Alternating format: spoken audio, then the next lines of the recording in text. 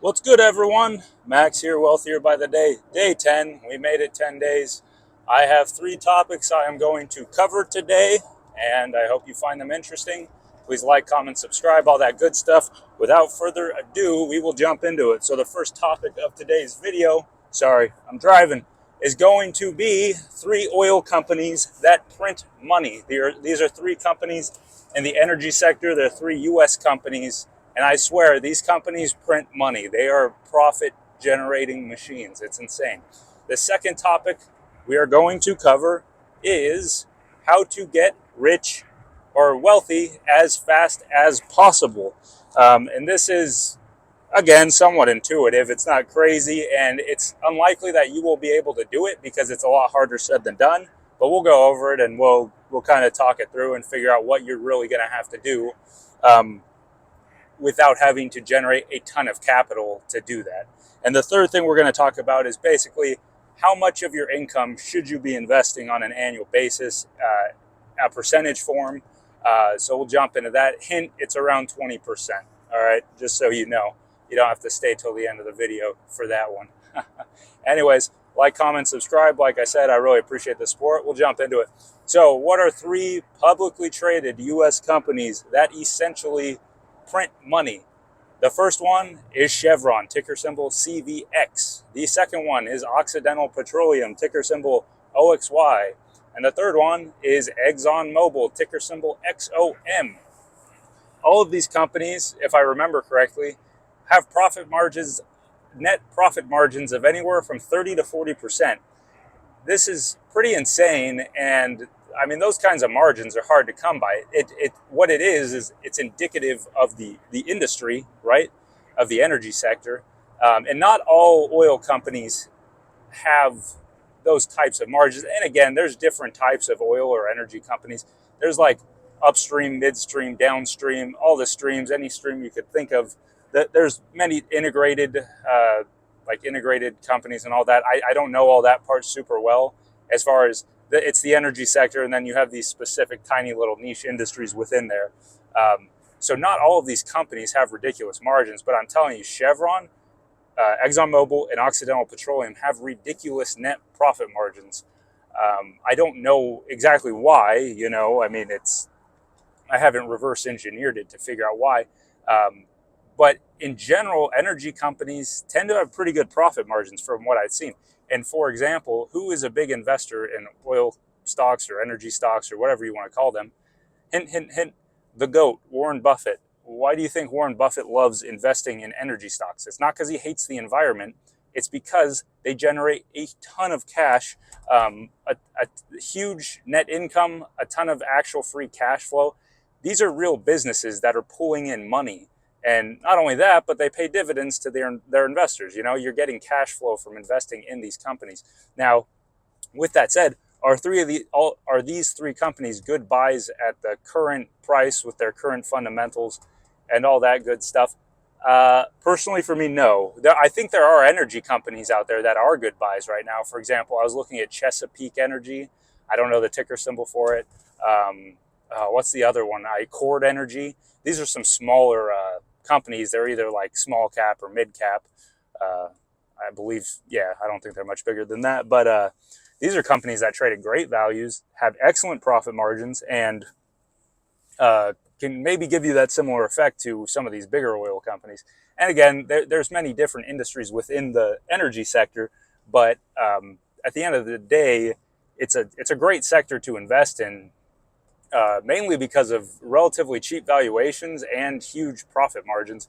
Not to mention they pay pretty solid dividends for the most part. So, I mean, that's always a plus, right? Everyone could agree on that. If you're going to invest in a stock, you might as well be getting paid a dividend, because then you're actually getting some real return on your investment. Like you're not just banking on capital appreciation to take you all the way. So those are the three energy companies: Chevron, ExxonMobil, and Occidental Petroleum. Look into them. When I started looking into them a little bit more, I was shocked at how profitable those companies are and how much cash they move. It's insane. And again, like, think back a year or two ago when Warren Buffett was buying up these companies dirt cheap. I mean, he probably saw these companies dip down in valuation as much as they did, And I mean, he saw dollar signs and he was right. So just something to think about. Okay, the second thing we're going to talk about is how to get rich or wealthy as quickly as possible. Now, getting rich quick, it's never very sustainable. And when I say get rich quick, I'm talking about how could you generate a ton of wealth in like 5 to 10 years rather than 2 or 3 decades, which in relatively speaking, 5 to 10 years is a short amount of time. I'm not talking about a year or two, which is possible. It's just unlikely to happen. I'm talking 5 to 10 years, maybe even 15 years. I don't know. For me, if I got wealthy in 15 years, I'd be incredibly happy. But hopefully this camera's not shaking too bad. I'm on the causeway. Anyways, so is it shaking? It's not too bad. Okay, so to generate wealth quickly, in many previous videos, I have talked about how in order to get, basically in order to get a good return on your investment with low ROI, low return on investment, and let's say we're talking about like 5 to 10% return, you need a ton of money, you need volume, you need a ton of cash in the market to move the needle at all, right? Like 10% of $10,000 is $1,000, but 10% of $1 million is $100,000. If you got $100,000 return in a year, you'd be happy as a clown. I'm telling you, I would be. So with lower ROI, it's indicative that you need more money in order to move the needle. But what if you could increase your ROI? What if you could return closer to 20, 30, 40, maybe even 50% a year? That is how you can build wealth faster. You get a higher return on your investment annually. And again, that's not rocket science. That's not the craziest assumption anyone's ever made. I mean, I'm not a genius for thinking that. It's just that that's how the math plays out. So the real question is not like, what theoretically would work, but how could you possibly do that? Well, I mean, I'll cite some examples. You have great investors like Warren Buffett and Ray Dalio and all these guys. What's that guy's name? Bill Ackman, I believe that's his name. I know some of the big ones, right? Charlie Munger, and all these guys had a reputation of generating higher than average returns. And we'll say higher than average is higher than 5 to 10%. Warren Buffett historically has returned 20% a year since he began investing. Although what a lot of people probably don't realize is when he first started investing, I mean, he would generate like 100% return on an annual basis for a few years. Part of it is it's where the market was at the time. According to Warren Buffett and Charlie Munger, it was easier to identify mispricing of assets. So essentially, it was easier to find companies that were trading at a low value that you could buy for dirt cheap, and intrinsically they were just fundamentally more valuable than they were trading at, and you could turn a profit that way. Which there's still undervalued companies out there, don't get me wrong. You just have to look out for the right ones. And typically a good undervalued company is one that's actually undervalued, has profitability built in, hopefully a high profit margin, has earnings that are consistently increasing or remaining relatively consistent. And again, same thing with cash flow. You want free cash flow to be increasing or relatively consistent. These are monies that are actually bringing in capital, and they're also companies that are trading at a low value. So they are just they are based on their book value, which is like a company's assets. They have more assets. If they liquidated the company, all their assets, they would come out with more money than their current market cap. So that would tell you, like, basically, if a company's market cap is $100 billion and they have $200 billion worth of assets, and they decide to liquidate the company, they're 2 times as valuable as their market cap is suggesting, right? Based on that math. So those are companies you want to look out for because they're just intrinsically more valuable than they're actually being sold for. Oh, that was a bad idea to switch to this lane. Yikes. Anyways, so that's the way you would do it in order to generate in order to build wealth more quickly than let's say you would for the average person that just wants to retire on time. You're going to have to find assets that are mispriced, essentially. And you're going to have to invest in those assets and generate a higher return than the average investor. Plus, you're going to want to get your hands on as much capital as possible so you can invest as much capital as possible. You know what I mean? Like, just because you're getting a higher than average rate of return, you're still going to need a ton of capital. I mean, you're not going to retire in 5 to 10 to 15 years having $20,000 to play with. Like, you're going to need a significantly larger sum of money. And you can do the math, and maybe one of these days I go through an example where I use like a compound interest formula or calculator, but it's possible. People have done it. It's just very unlikely, like, to be perfectly honest. And that's why for the most people, your best bet is to increase your income, find a way to increase your income, find a niche, find a way to make tons of money, and then go from there, rather than trying to beat the market, for example. I think it's easier to increase income. And I mean, you can still invest in some individual stocks. I would play it safe some of the time. That's just me. A lot of people have lost a lot of money in the stock market. It can be like going to a casino, you know?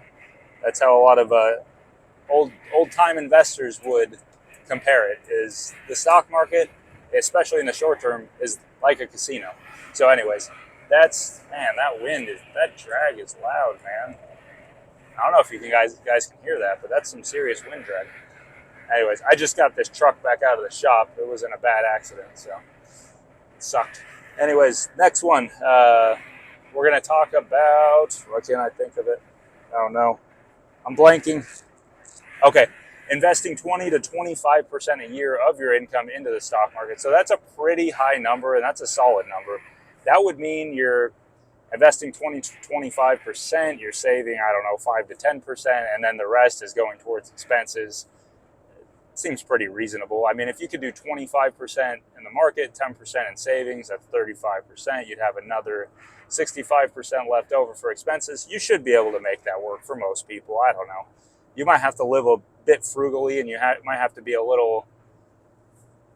to scrutinize your spending a bit, but there's nothing wrong with that. And you should always be trying to run things lean. You know, you don't ever want things to get too fat. You want to run lean.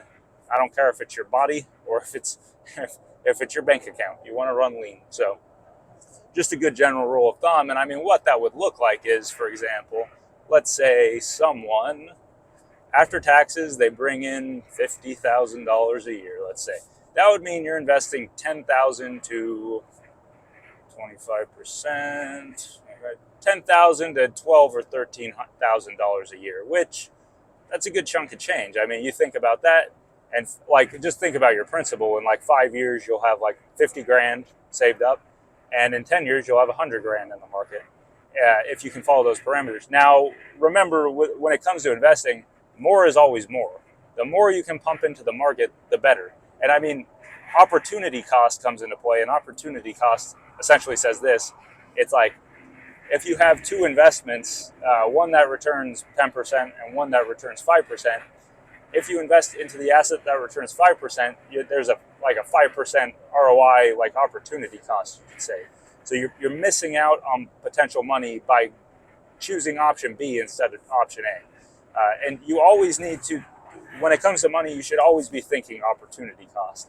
Where is your money going to make you the most money?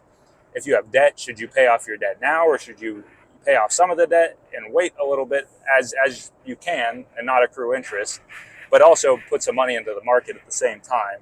Like, that return in the market, is that going to potentially give you more money in the long run, rather than just paying off your debt right away with whatever cash you have? So maybe that's a topic maybe for another day. But opportunity cost is, any great investor is always considering it. If I have opportunity A and opportunity B, well, if opportunity A is returning really well and it has the potential to return greater than opportunity B, well, why not just put my money into opportunity A? Well, maybe you want to diversify a little bit. You already have 80% of your capital in opportunity A. So you're thinking, well, maybe I'll go to opportunity B just to be a little bit safe. I don't know. That's everyone's personal decision to make. And you're going to make some right decisions. You're going to make some wrong decisions. In the beginning, you'll probably make, a good amount of wrong decisions. Maybe more wrong than right, but that's kind of the learning process, and that's part of the game. So anyways, yeah, that was kind of a tangent. But yeah, every year, I'd say 20 to 25% is a pretty good place for most people to start. Now, that may not be feasible for some people. You might be thinking, you're crazy. I do not have anywhere close to that amount of money to invest, that percentage of money. Like, what am I supposed to do then? Like, what do you expect me to do? Well, if that is the case, invest what you can. You always got to do what you can, and invest what you can now, and have that in the back of your head that you always want to invest more. Like me, I always shoot for, I don't really go percentage, but I like to shoot for $500 a week into the market. That's just always been my round number that I want to hit. Lately, I've had some things to pay off and this and that, so I really haven't been able to hit my goal, but my goal is still to do that. And once the time comes, once I get square on some of my debt, then I'll proceed with that and hopefully increase that goal in the future as my income increases, and hopefully my living expenses do not increase at a proportionate rate, which is lifestyle inflation, which we have talked about in other videos in this series. So lifestyle inflation, don't do it. It's a big mistake. So anyways, 20 to 25%. Let me know down below in the comments what percentage of your income after tax you are able to invest on an annual basis. I would be very interested to see what is actually reasonable, I suppose. So, yeah, link that down below. Anyways, those were our 3 topics today. Sorry, this ran a little bit longer than I thought, but that's okay. First topic was 3 energy stocks or oil companies that are cash printing machines. And we talked about Chevron, ExxonMobil, and Occidental Petroleum. The second topic we talked about is how to get rich or wealthy as quickly as possible. The easiest way to do that is pump as much capital into the market as possible and maximize your ROI by you're likely going to have to invest in undervalued individual stocks. Growth may seem like the way to go. Growth is tricky, and I do not mess with it. I've been burnt before, and many have. So I go for undervalued stocks all the way that show awesome profitability, strong brand names, basically the Warren Buffett route, which is tried and true and has worked for him for many years. And then the third thing we talked about is investing 20 to 25% of your capital on an annual basis. Doing more if you can, maybe 30 to 35 to 40%. The more the better, but also understanding that not everyone is going to be able to get away with that, and sometimes you just got to do what you can do. So those were the 3 topics for today, Wealthier by the Day, Day 10. Stay tuned for more. I appreciate you watching, and like, comment, subscribe. Later.